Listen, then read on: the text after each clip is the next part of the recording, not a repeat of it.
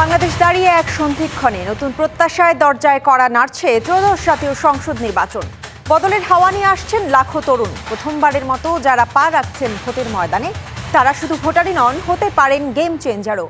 এমন তরুণ ও অভিজ্ঞদের মুখে শুনবো আগামীর ভাবনা। দর্শক, আজ আলোচনা করব রংপুর 1, 2, 3, 4, 5 ও 6 সংসদীয় আসন নিয়ে। জানবো তরুণ ও সাধারণ মানুষের কথা, সেই সাথে জানবো আসনগুলোতে রাজনৈতিক দলগুলোর মনোনীত প্রার্থী ও মনোনয়ন প্রত্যাশীদের নির্বাচনী ভাবনা। মধুমতি ব্যাংক রোড টু পার্লামেন্টে যুক্ত আছেন রংপুর 4 আসনের এনসিপি মনোনীত প্রার্থী আক্তার হোসেন এবং আরও যুক্ত আছেন রংপুর 3 আসনের জামাত ইসলামীর মনোনীত প্রার্থী অধ্যাপক মাহবুবুর রহমান বেলাল। আপনাদের দুজনকেই স্বাগত জানাচ্ছি আমাদের আজকের মধুমতি ব্যাংক রোড টু পার্লামেন্টে। শুরুতেই আমি যেতে চাই আক্তার হোসেন আপনার কাছে।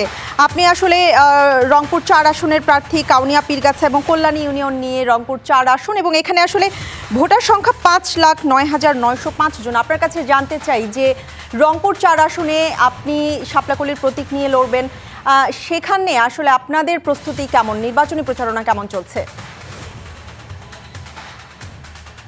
আলহামদুলিল্লাহ, রংপুর 4 কাউনিয়া পীরগাছা এই আসনে আমরা মানুষের দুয়ারে দুয়ারে, গ্রামে গ্রামে, পাড়া মহল্লায়, বাজারে আমরা সর্বত্র যাওয়ার চেষ্টা করছি এবং প্রত্যেকটা জায়গা থেকেই একই কথা যে তারা আমাকে জানেন, চেনেন, তারা আমাকে দেখতে চান, তারা আমাকে সামনাসামনি দোয়া করে দিতে চান। আমরা মানুষের কাছে যাচ্ছি। মানুষেরা নানা ধর্ম বর্ণের মানুষ, হিন্দু, মুসলমান, শিক্ষিত মানুষ, সারা সশিক্ষিত মানুষ আছেন, কৃষক, শ্রমিক, মজুর, নারী, পুরুষ, সকল শ্রেণী পেশার মানুষেরাই তারা অভূতপূর্ব একটা সাড়া আমাদেরকে দিচ্ছেন এবং আমরা খুবই আশাবাদী। এবং এখানে মানুষেরা একটা নতুনত্বের রাজনীতিকে তারা গ্রহণ করেছেন। বিশেষত যারা তরুণেরা আছেন তারা পুরনো আমলের যে রাজনীতি বা এই যে আগেরকার সময়ে আমরা যে বৈষম্যের শিকার হয়েছিলাম, সেই বৈষম্যগুলো থেকে দূরীকরণের যে রাজনীতি, সেই বৈষম্যমুক্ত একটা বাংলাদেশের প্রত্যাশায় তারা শাপলাকলি মার্কায় ভোট দিবেন বলে তাদের প্রতিশ্রুতির কথা, তাদের মনোভাবের কথা তারা আমাদের কাছে ব্যক্ত করেছেন। আমরা যখন আমাদের এই বাজার ঘাটগুলোতে গিয়েছি, বিভিন্ন জায়গায় মানুষের তুলনামূলক আলোচনাগুলো করছেন এবং পর্যালোচনা করে তারা শাপলাকলি মার্কা এবং আমাদের জোটের যে অবস্থান, সেই বিষয়গুলোকেই তারা সব থেকে ইতিবাচক হিসেবে তারা গ্রহণ করেছেন। তুলনামূলকভাবে অন্য যে মার্কাগুলো এখানে আছে, অন্য যে প্রতীকগুলো এখানে আছে বা প্রার্থীরা যারা আসছেন, তাদের সঙ্গে একটা কম্পারিজনের জায়গায় আমাদেরকে তারা নিয়ে গিয়েছেন এবং তারা আমাদেরকে এগিয়ে রাখছেন। আমরা আশাবাদী যে সার্বিক সবগুলো দিক বিবেচনা করে আমাদের যে পরিকল্পনা, আমাদের যে প্রতিশ্রুতি এবং আমাদের অতীত যে রাজনৈতিক সংগ্রাম, সেই সবগুলোকে বিবেচনা করে এই রংপুর 4 কাউনিয়া পীরগাছা আসনের জনগণ শাপলাকলি মার্কাকেই ভোট দিয়ে বিজয়ী করবেন ইনশাআল্লাহ। আক্তার হোসেন, একটু আপনার কাছে জানতে চাই যে আসলে শুরুতে তো আপনারা বলেছিলেন যে আপনারা এককভাবে নির্বাচনে অংশগ্রহণ করবেন, 300 আসনে আপনারা প্রার্থী দেবেন, এরপরে আপনারা জামাতের সাথে 11 দলীয় জোটে অংশ নিলেন। একটু জানতে চাই যে নির্বাচনে যদি আপনাদের সরকার গঠন করে, আপনারা যদি সরকার গঠন করেন, সেক্ষেত্রে আসলে জামাতের সাথে মিলে, আপনাদেরও তো একটা ইশতেহার আছে, জামাতের সাথে মিলে আসলে আপনারা নতুন বাংলাদেশে প্রথম পরিবর্তনের জন্য প্রথমে কোনটাকে আপনারা প্রাধান্য দিতে চান, কোন পরিবর্তনকে? বাংলাদেশে স্বচ্ছতা এবং জবাবদিহিতার রাজনীতি সবচেয়ে বড় সংকটের মুখে আছে। আমরা বাংলাদেশের রাজনৈতিক পরিবন্টনে সরকারি হিসেব থেকে শুরু করে নিয়ে সরকারি কার্যক্রম কোথাও আমরা জবাবদিহিতা দেখি না। আমরা এই জায়গাটাতে একটা জবাবদিহিতা নির্ভর করে একটা রাজনীতি আমরা তৈরি করতে চাই, বাংলাদেশকে নতুন করে আমরা গড়তে চাই। আমাদের যে প্রতিষ্ঠানগুলো আছে সেগুলো একেবারেই ভঙ্গুর একটা দশার মধ্যে আছে। আমাদের যদি সরকার গঠন করে তাহলে আমরা এই ভঙ্গুর যে প্রতিষ্ঠানগুলো আছে সেগুলোকে আমরা নতুন করে করতে চাই। আমরা জনমুখী এবং একটা জনগণের জন্য সব থেকে উপযোগী হতে পারে আমরা একটা ব্যবস্থার পদ্ধতি আমরা দেশটাকে পরিচালনা করতে চাই। আমাদের দেশে কৃষিতে মানুষের সব থেকে অংশগ্রহণ বেশি, কিন্তু কৃষি নিয়ে আমাদের কোনো সুনির্দিষ্ট পরিকল্পনার বিষয়গুলো আমাদের কাছে, কৃষকের কাছে পর্যন্ত পৌঁছায় না। আমরা সেই কৃষিতে আমাদের একটা বড় ধরনের যুগান্তকারী বিপ্লব পরিবর্তন আমরা আনতে চাই। আমরা কৃষকদেরকে প্রশিক্ষিত করতে চাই, আধুনিক একটা কৃষির আমরা ব্যবস্থা করতে চাই। শিক্ষায় আমরা সব থেকে বড় একটা সংকটের মুখে আছি। আমাদের ছেলেমেয়েরা শিক্ষিত হচ্ছেন, পড়ালেখা করছেন, কিন্তু পড়ালেখাটা করার পরে তারা কর্মসংস্থানের অভাবে আছেন। সেক্ষেত্রে কর্মসংস্থান আমাদের জন্য একটা বড় ইস্যু এবং আমরা বাংলাদেশে নানামুখী কর্মসংস্থানের ব্যবস্থা করে বাংলাদেশের যারা কর্মক্ষম মানুষেরা আছেন তাদের জন্য আমরা শতভাগ কর্মসংস্থানের ব্যবস্থা আমরা নিশ্চিত করতে চাই। আক্তার হোসেন, একটু আপনার কাছে জানতে চাই যে নির্বাচনের তো আসলে আর আছে মাত্র 13 দিন এবং নির্বাচনী প্রচারণার মাঝখানেই আছেন আপনারা। নির্বাচনী এনসিপির আহ্বায়ক নাহিদ ইসলাম তিনি অভিযোগ করেছেন এবং তিনি বলেছেন যে রাজধানী সহ সারা দেশেই এনসিপির নেতাদের উপরে একরকমের আক্রমণ হচ্ছে, নির্বাচনী প্রচারণায় বাধা দেওয়া হচ্ছে, এরকমটা তিনি বলেছেন। আপনার কাছে একটু জানতে চাই যে কোথায় কোথায় এনসিপির নেতাদের বাধা দেওয়া হয়েছে এবং আসলে কেন এনসিপির নেতাদেরকে কেন বাধা দেওয়া হচ্ছে, এবং সেই সাথে আহ্বায়ক নাহিদ ইসলাম তিনি বলেছেন যে এই তরুণদেরকে ভয় পাচ্ছে একদল। কেন তারা ভয় পাচ্ছে আসলে? এটা অত্যন্ত দুঃখজনক যে আমরা ফেসিবাদ উত্তর একটা বাংলাদেশে যে সম্প্রীতির একটা রাজনীতি আমরা দেখতে চেয়েছিলাম, একটা পলিসি নির্ভর রাজনীতি, কিন্তু সেই রাজনীতিটাকে আবারও একটা পেশি শক্তির রাজনীতির দিকে ধাবিত করা হচ্ছে। অত্যন্ত দুঃখের বিষয়, আজকে সকাল 10টা নাগাদ আমার নির্বাচনী আসনে মমিনবাজারে বিএনপির কর্মীরা একজন সাধারণ নাগরিকের কাছে ভোট চাইতে গেলে তিনি শাপলাকুড়িতে ভোট দিবেন মর্মে যখন তার প্রতিশ্রুতির কথা ব্যক্ত করলেন, তখন বিএনপির ওই নেতাকর্মী 3জন মিলে সেই সাধারণ নাগরিককে, আমাদের একজন সমর্থককে পিটিয়ে তারা কাঁধ কর্দমাক্ত জমিতে ফেলে দিয়ে তাকে তারা নানাভাবে হেনস্থা করে, তার উপর তারা হামলা করে। এই ধরনের ঘটনাগুলো প্রতিনিয়ত ঘটছে। গতকাল আমাদের পীরগাছায় আমাদের নারী যারা কর্মী আছেন, ওয়ার্কার আছেন, তাদেরকে বিএনপির ওয়ার্ডের সভাপতি, সেক্রেটারি তারা মিলে তারা তাদেরকে হেনস্থা করেছেন। এটা গোটা বাংলাদেশের চিত্র। আমরা খেয়াল করে দেখেছি যে বাংলাদেশে আমরা যে নতুন রাজনীতির কথা বলছি, সেই নতুন রাজনীতিকে মানুষ গ্রহণ করছেন। বিএনপি এবং অন্য যে দলগুলো আছে তারা জনগণের সমর্থন তারা পাচ্ছেন না। বিএনপি জনগণের সমর্থন না পাওয়ার কারণেই তারা এখন ভয় ভীতির পথ, আওয়ামী লীগের যে পথ, সেই পথটাকে তারা বেছে নিয়েছে। জি, এবং এই কারণে আমরা আপনার বক্তব্য একদমই পরিষ্কার। আপনাকে অসংখ্য ধন্যবাদ আমাদের আজকে মধুমতি ব্যাংক রোড টু পার্লামেন্টে সময় দেওয়ার জন্য। অসংখ্য ধন্যবাদ আপনাকে। ধন্যবাদ আপনাদেরকে। আমাদের সময় হয়েছে একটি বিরতি নেবার, বিরতির পরে ফিরে আসছে আবারও। দেখছেন Madhumati bank road to parliament. স্বাগত মধুমতি ব্যাংক রোড টু পার্লামেন্টে। এ পর্যায়ে আমাদের সাথে যুক্ত আছেন রংপুর 6 আসনের জামাতে ইসলামীর মনোনীত প্রার্থী অধ্যাপক নুরুল আমিন। জনাব নুরুল আমিন, আপনাকে স্বাগত জানাচ্ছি আমাদের আজকের মধুমতি ব্যাংক রোড টু পার্লামেন্টে। একটু শুরুতে আপনার কাছে জানতে চাই যে গতকাল জামাতে ইসলামের আমির তিনি একটি আন্তর্জাতিক গণমাধ্যমের সাক্ষাৎকার দিয়েছেন এবং সেখানে তিনি বলেছেন যে জামাতে ইসলামের প্রধানের ক্ষমতায় কখনো বা নেতৃত্বে কখনো নারী আসতে পারবেন না, এটা সম্ভব না। সেক্ষেত্রে আপনার কাছে জানতে চাইবো যে এই মন্তব্যের পরে আসলে নারী ভোটারদের, তৃণমূলে নারী ভোটারদের ক্ষেত্রে ভোট পাওয়ার জন্য আপনাদের কোনো প্রভাব পড়বে কিনা, কি মনে করছেন? জি, আলহামদুলিল্লাহ। আপনার মাধ্যমে আমরা দেশবাসীকে, আমার নির্বাচন এলাকার ভোটার ভাই বোনদেরকে শুভেচ্ছা জানাচ্ছি। আসলে আমাদের সম্মানিত আমিরের এই বক্তব্যটা ঠিক আমি শুনিনি।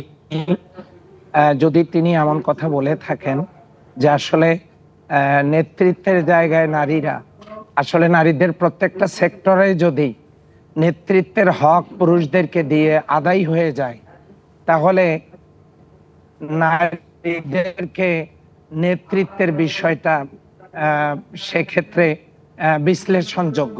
আবার যদি দেখা যাচ্ছে যে নারীদের কোনো বিষয় এমন থাকে যেগুলো দেখভাল করবার জন্য এবং নারীদেরকে সেই সমস্যাগুলো সমাধানের জন্য প্রয়োজন পড়ে, তাহলে রাষ্ট্র গঠন কাঠামোতে নারীদের অংশগ্রহণটাও শরীয়ত পারমিট করে এবং তারা সেই সমস্যা সমাধানের জন্য ভূমিকা রাখতে পারে। নারীদেরকে নেতৃত্ব থেকে সরানো না, বরং প্রেক্ষাপট বিবেচনায় তাদেরকে কাজে লাগানো এবং তাদের কাছ থেকে আমরা রাষ্ট্রীয় কাজে অংশগ্রহণ করার মধ্য দিয়ে আমরা আমাদের দেশটাকে সুন্দর করে সাজাতে পারি।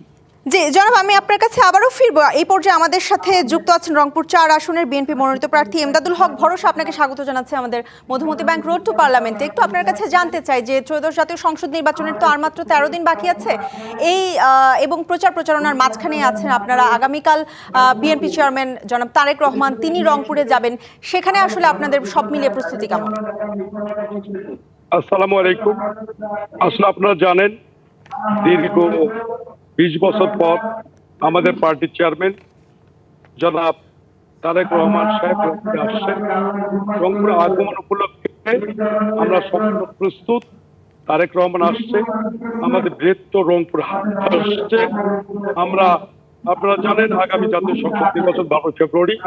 এই নির্বাচনে আমরা ব্যাপক প্রচারণার মাধ্যমে আমরা কাজ করে যাচ্ছি এবং যেহেতু জনগণ দীর্ঘ 15 বছর কোনো নির্বাচনে কোনো ভোট দিতে পারে নাই, এবার জনগণ স্বতঃস্ফূর্তভাবে নির্বাচনে অংশগ্রহণ করবে, তারা তাদের যোগ্য প্রার্থীকে বেছে নেবে। আমরা আশা করছি যে আমরা ইনশাল্লাহ আমার ধানের শীষ প্রতীক এই রংপুর 4 আসনে জনগণ যে স্বতঃস্ফূর্ত সারা আগামীকাল জনাব তারেক রহমান জনসভাকে আরো বেগবান করবে। এটাই আমাদের প্রত্যাশা, এটাই আমরা মনে করি আর কি। জি, জনাব ইমদাদুল হক ভরসা, একটু আপনার কাছে জানতে চাই যে রংপুরের আসনগুলোতে আমরা দেখেছি আসলে যে বিগত বছরগুলোতে যেই জাতীয় পার্টি আসলে একটা ভালো অবস্থানে ছিল। একটু আপনার কাছে জানতে চাই যে প্রতিদ্বন্দ্বী দলগুলোকে কিভাবে আপনারা দেখছেন এবং সেগুলো কিভাবে সামাল দিচ্ছেন। অ্যাকচুয়ালি আপনারা জানেন যে বিগত দিনগুলোতে হয়তো জাতীয় পার্টির একটা প্রভাব ছিল, এখন মানুষ বুঝতে পেরেছে আমরা যে এই এলাকার জনগণ যে ভুলটা করেছিল, জাতীয় পার্টিকে ভোট দিয়ে আমাদের এখানে কোনো উন্নয়ন হয়নি। আমার মানুষ এবার উন্নয়নের দিকে তাকিয়ে আছে।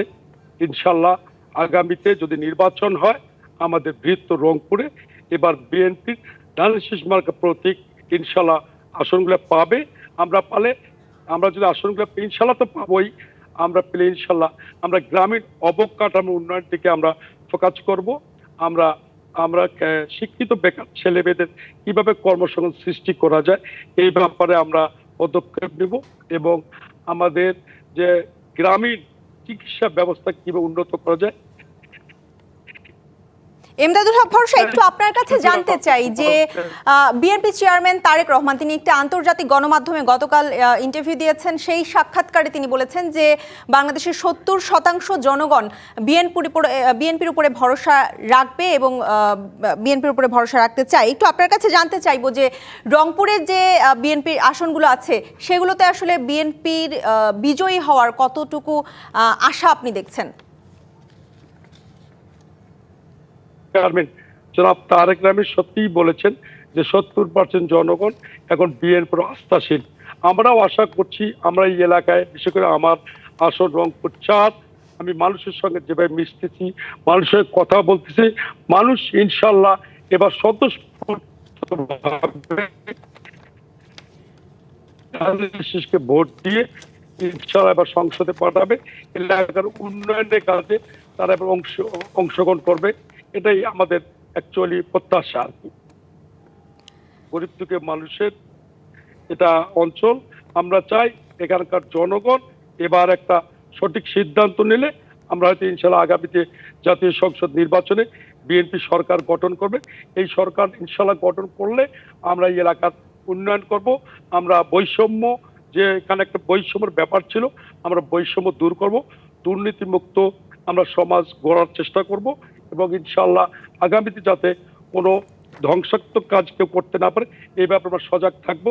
আমরা সকলে মিলে কাজ করবো, এটাই আমাদের প্রত্যাশা। জি, ইমদাদুল হক আপনাকে ধন্যবাদ। আমাদের সাথে যুক্ত আছেন নুরুল আমিন। আপনার কাছে একটু জানতে চাইবো যে ত্রয়োদশ জাতীয় সংসদ নির্বাচনে আসলে যেই রংপুর 6 আসনে নারী ভোটার সংখ্যা আসলে পুরুষ ভোটার সংখ্যার চেয়ে বেশি। নারী ভোটারদেরকে কিভাবে টানবেন একটু জানতে চাইবো। সেই সাথে জানতে চাইবো যে আপনাদের যেই আসন, সেই আসনে আসলে এর আগেও আমরা দেখেছি যে জাতীয় পার্টি সহ অন্যান্য দলগুলোর একটি ভালো প্রভাব ছিল, সেখানে আসলে এবার দাঁড়িপাল্লার কেমন প্রভাব আপনি মনে করছেন?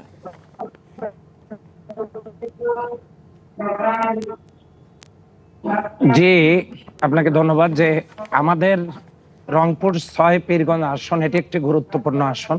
এখান থেকে আপনারা জেনে থাকবেন যে সাবেক রাষ্ট্রপতি, সাবেক প্রধানমন্ত্রী, সাবেক স্পিকার এই আসন থেকে নির্বাচিত। রংপুর 6 পীরগঞ্জ আসন থেকে এখানেই রয়েছেন বীরশ্রেষ্ঠ শহীদ আবু সাইদ, যার কবর রক্ত ঝরা জমিন এই পীরগঞ্জ।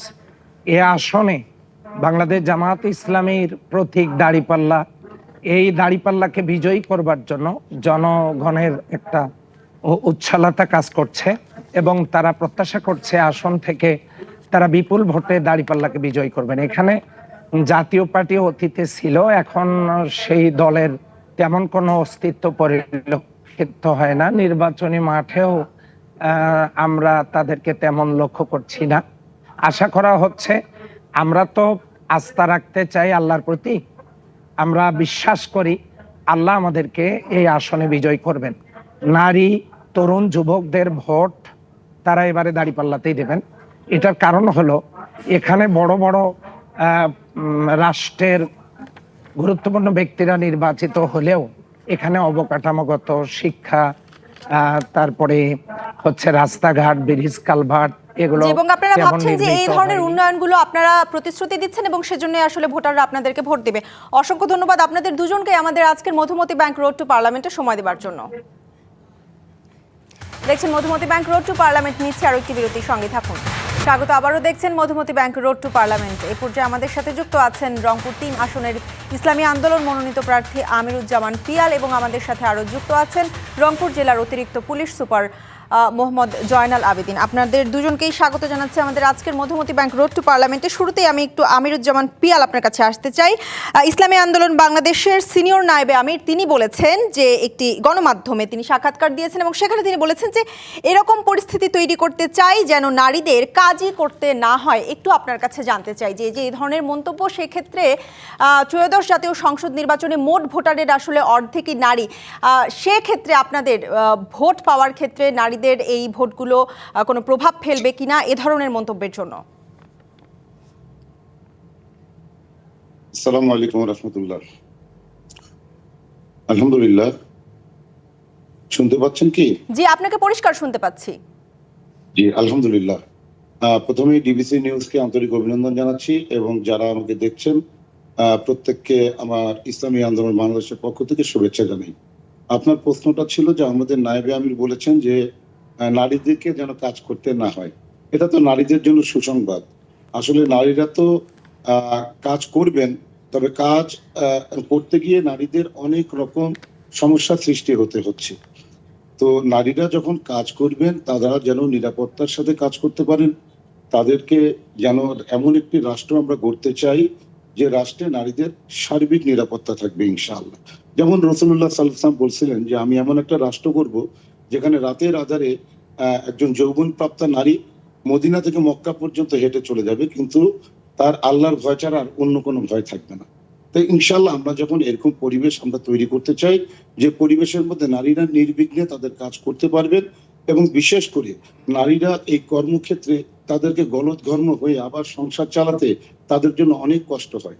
এজন্য আমরা আমাদের নারীদেরকে ইসলাম যেভাবে সম্মানিত করেছেন সেই সম্মানের জায়গায় রেখে তাদের যদি আমাদের দেশের উন্নয়নের জন্য তাদের কাজের অংশগ্রহণের প্রয়োজন হয় তাহলে অবশ্যই সেক্ষেত্রে তারা কাজ করবে, তবে সেটা পূর্ণ নিরাপত্তার সাথে ইনশাআল্লাহ। জি জনাব আমিরুজ্জামান, আপনাকে অসংখ্য ধন্যবাদ। আমাদের সাথে যুক্ত আছেন মোহাম্মদ জয়নাল আবেদিন। আপনার কাছে একটু জানতে চাই যে ত্রয়োদশ জাতীয় সংসদ নির্বাচনের আর মাত্র 13 দিন বাকি, একটু জানতে চাই যে সেটির আইন শৃঙ্খলা পরিস্থিতি কি অবস্থা এবং কেমন মনে করছেন যে কতটা সুষ্ঠু হবে, সেই সাথে আরো একটু জানতে চাই যে আগামীকাল তো বিএনপি চেয়ারম্যান তারেক রহমান রংপুরে যাবেন, সেটির প্রস্তুতি নিয়ে একটু জানতে চাই। ধন্যবাদ আপনাকে। রংপুর জেলায় 6টি সংসদীয় আসন, এই 6টি সংসদীয় আসনের মধ্যে রংপুর জেলা এবং রংপুর মেট্রোপলিটন পুলিশ যৌথভাবে কাজ করতেছে। তো রংপুর জেলা পুলিশের এখন পর্যন্ত পরিস্থিতি আইন শৃঙ্খলা ভালো এবং মানুষজন উৎসব মুখর। আমরা মোবাইল টিমগুলো সচল রেখেছি এবং প্রার্থীদের হতে পারেন আমরা সেই সুবিধাটা দিচ্ছি। আর আপনি যেটা বলছিলেন আগামীকালকে জনাব তারেক রহমান রংপুর জেলায় আসবেন, উনি প্রথমে আবু সাইদের কবরস্থান ওইখানে যাবেন এবং জিয়ারত করবেন। তো ওই জায়গায় আমরা নিরাপত্তা পরিকল্পনা অলরেডি নিয়েছি এবং সেইখানকার ডেপ্লয়মেন্ট বাড়িয়েছি। আজকে থেকে সাদা পোশাকে ওইখানে তদারকি চলতেছে এবং আশা করি আমাদের সুষ্ঠু এবং সুন্দরভাবে এটা করবেন। পরবর্তীতে উনি আসবেন, জনসভা করবেন রংপুর জেলার ঈদগাহ মাঠে। তো সেই জনসভা স্থল মেট্রোপলিটন পুলিশ অলরেডি প্রোগ্রাম করেছে। অর্থাৎ আপনাদের সার্বিক প্রস্তুতি সে ক্ষেত্রে নেওয়া হয়েছে। অসংখ্য ধন্যবাদ জয়নাল আবেদিন আপনাকে এবং আমিরুজ্জামান, আপনাদের দুজনকেই। মধুমতি ব্যাংক রোড টু পার্লামেন্টে এই ছিল আজকের মতো। আগামীকাল দেখা হবে একই সময়ে। ভালো থাকুন।